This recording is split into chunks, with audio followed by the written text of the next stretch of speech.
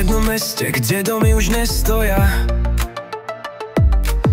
v jednom roku, kde signálom ťa už nespoja. Na tomto mieste, kde veci minulosť hľadajú, na tomto mieste, kde poklady sa skrývajú.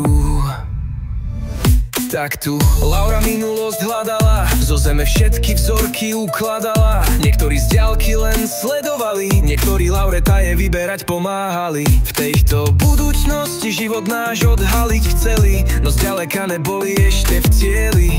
K miestu jednému sa Laura prekopáva, zvedavá je, čo za krásu čas tam uchováva.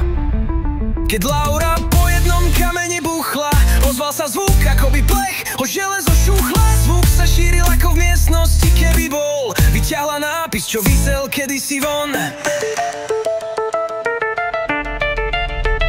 Ten nápis v slovenčine všetci zočili, ich staré mamy rozprávky o tom počuli. Mysleli, že našli iba mesto Žilinu, no oni vytíhali jeho ikonu. Tabula, čo nápis mala v slovenčine, označuje miesto ako žiadne iné. Kamelotárad a Lištové centrum, to sú miesta tie, čo zamotali rozum.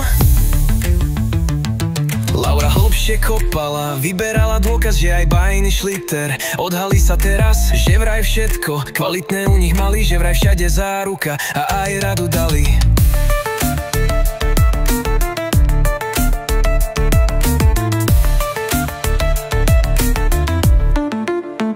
Teraz už Laura dôkaz v ruke mala, tabulu s nápisom do múzea brala. Nápis vedľa tabule, ona dá si, kvalita, čo prekonáva všetky časy.